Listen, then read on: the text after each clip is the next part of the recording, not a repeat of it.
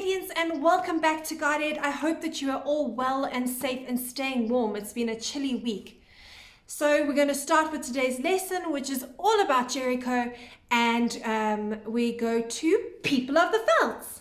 After the death of Moses, God said to Joshua, "Now that Moses is dead, you are the new leader of Israel. Be strong and of good courage, and I will be with you just as I was with Moses. You shall bring the people into the land that I have promised them. But before they can enter the land, the Israelites had to conquer the strong-walled city of Jericho, which stood just inside Canaan's border. First Joshua sent out spies, as Moses had done many years before. Joshua chose 2 men and said to them, 'Explore the land on the other side of the river and see how strong the city of Jericho is.' The men pretended to be ordinary travelers. Once inside Jericho, they looked for a place to stay. The 2 spies found their way to a house of a woman named Rahab. But news of their arrival had reached the king of Jericho. He had been watching the large Israelite encampment moving closer and closer to the city, and he had his own men on the lookout for any strangers. The king's men rushed to him and said, 'Some Israelites are here spying in the city. They are in Rahab's house.' The king sent men to arrest the spies. When they reached Rahab's house, they banged on the front door, shouting, 'The king demands that you bring out the 2 men that are staying here. We know they are spies.' The Israelites thought, 'We're trapped.' But to their surprise, Rahab was beckoning to them. She led them out to the flat roof of her house. Stalks of flax had been laid out earlier that day to dry in the sun. She told the men to lie down. Then she covered them over with the flax. No one would have guessed that anyone was there. She hurried downstairs to open the door for the king's men.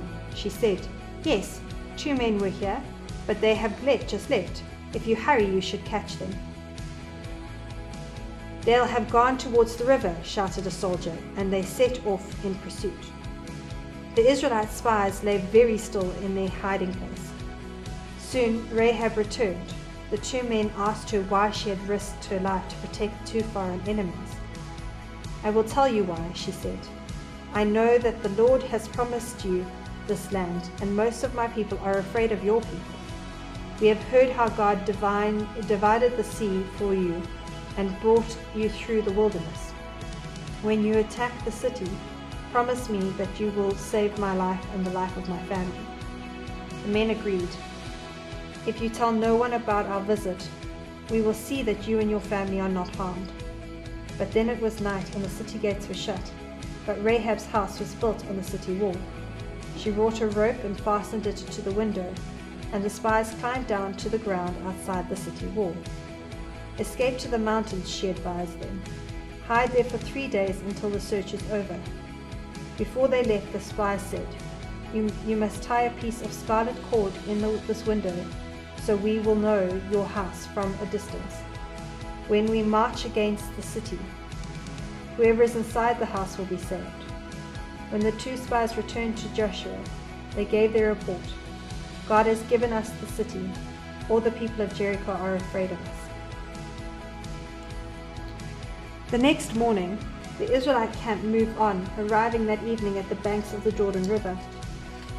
How were they to get across with all the children and their baggage, as well as their flocks and herds?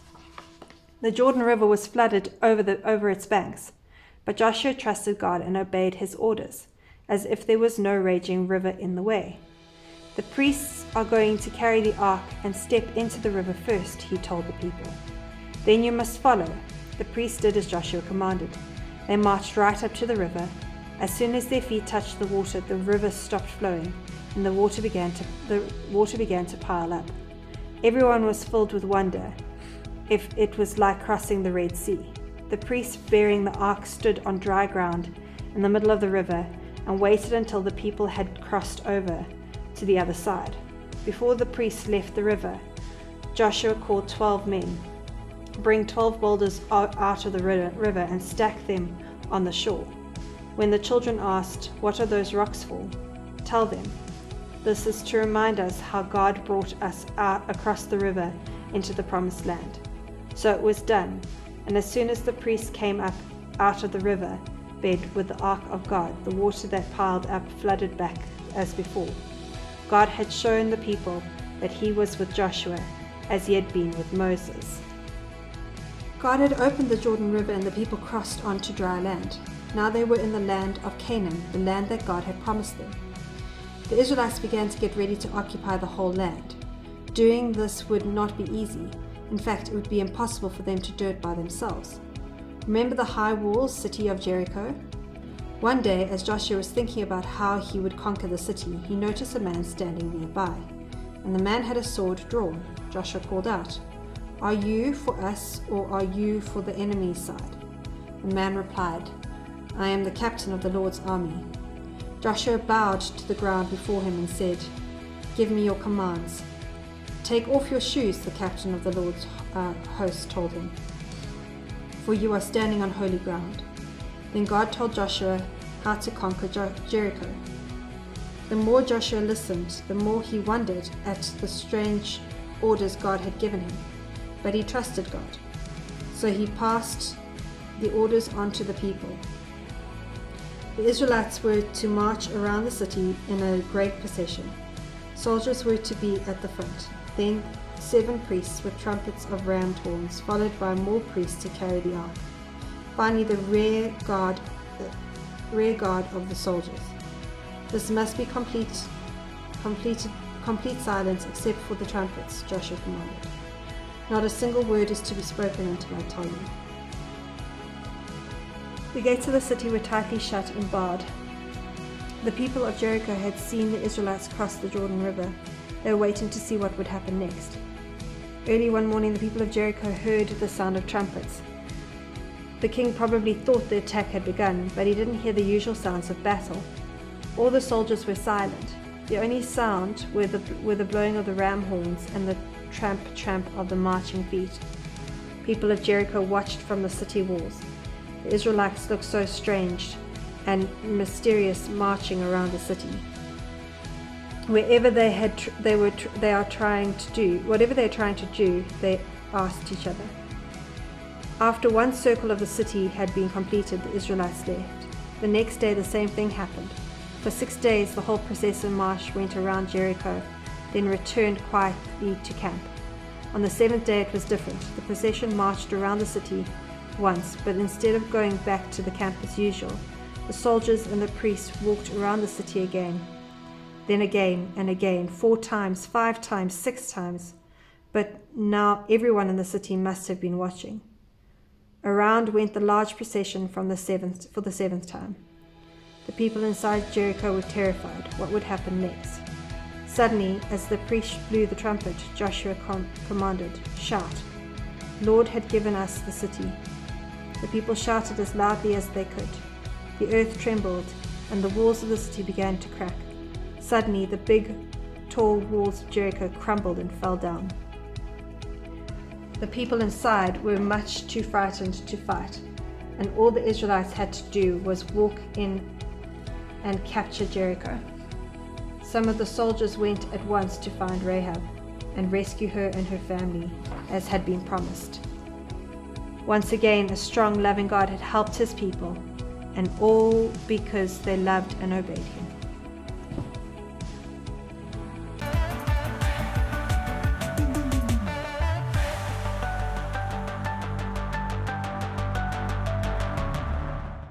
So what did you think of that story?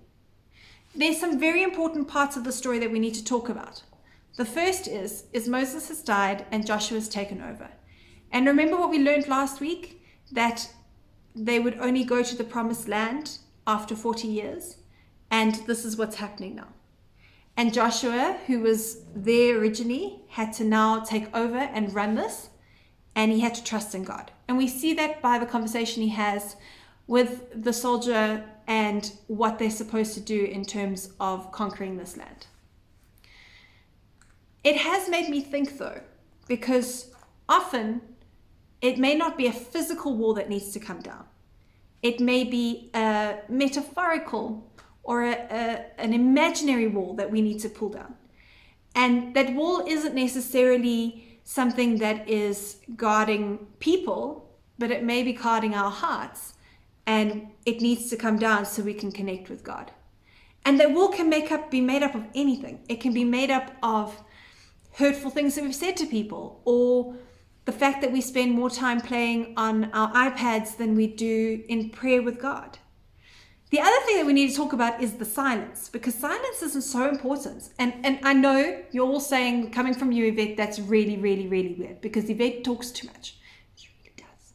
You can ask Reverend Eben how much I talk. I talk and talk and talk and talk and talk. Love talking. But there has to be times of quiet, and I can do it. I've done it. I've proven that. There has to be times of quiet, because you can't hear or listen if you don't keep quiet. Sometimes our best sense of God comes in the times of quiet, of stillness, of listening. If we talk all the time, we can't hear what God has to say. If we have our headphones in and we listen to music blasting 24/7, we can't hear what's going on around us.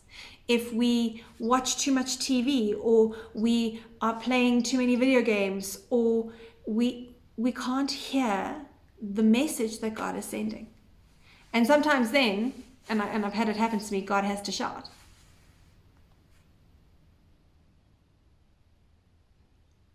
We see God using a different way in order to achieve the goal that was needed.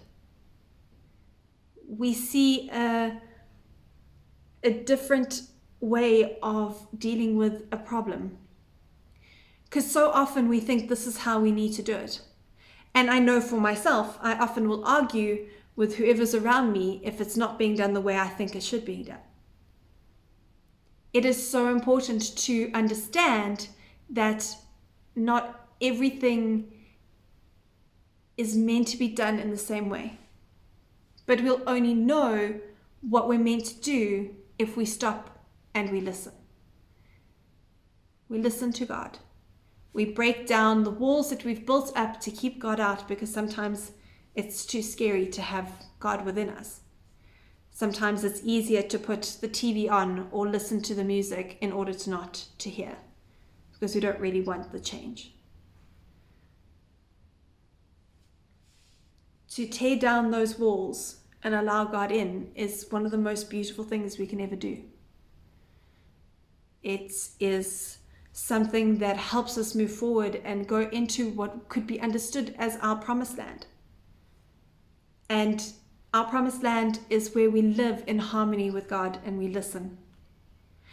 So I want you to take this time today, and I want you to think about what it is that may be stopping you from connecting with God.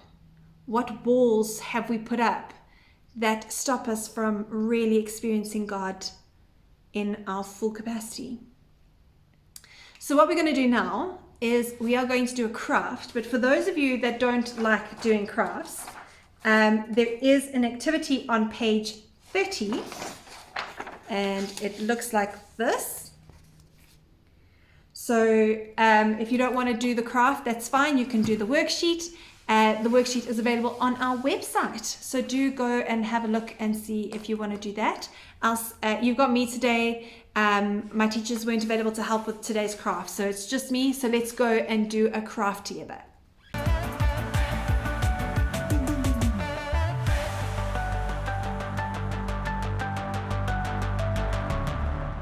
Okay, so what we're going to do today is we're going to make the trumpet that they would have used. Well, it would have been a ram's horn, but we're going to make a trumpet. So all I have with me today is I've got a piece of paper, and I had to take this from something else because I don't have any of my craft stuff with me at the moment.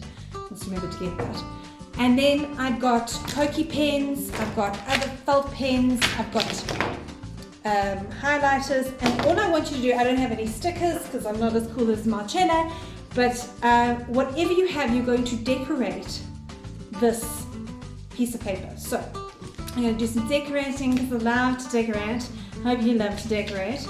And I'm decorating, and I'm decorating, and I'm decorating. And I'm going to use some pink because I like pink little dots.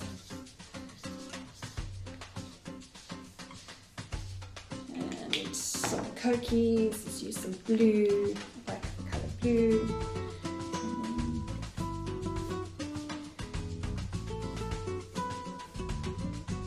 And some purple, because we do love some purple. Okay, so I'm going to show you what I've done. But you can do anything, like get as creative as you like, whatever you're feeling. So I've just done something simple. I don't know if you can see that. Right, now remember, your whatever you colored in has to be on the outside. So I have some tape. If you don't have tape and you've got a stapler, that will work. But you're going to roll it up. So you're going to go from one corner to the other. So I'm going to roll it, but not flat, so that you've got a space, a hole in the middle. Okay? So it's going to look a bit like that. See? And then you're going to tape it. So tape, or if you've got a stapler, you're going to use a stapler. If you've got glue, you can use glue. And you're going to tape it down. And there you go. There you go. You've got your horn or loudspeaker, whatever it is. Don't drive your parents mad with this. They will come back at me, and we all know that we don't want that. But have fun. Get as creative as you can. Send me pics. I'd love to see what you've done. And so I hope you enjoyed doing that craft. I enjoyed making the craft. It was fun to do again. And please send me pics. I'd love to see what you've done. So with that, let us do the blessing. May the Lord bless you and keep you. May the Lord make his face to shine upon you and be gracious to you. And may the Lord give you his peace. Amen. Bye, everybody. See you all next week.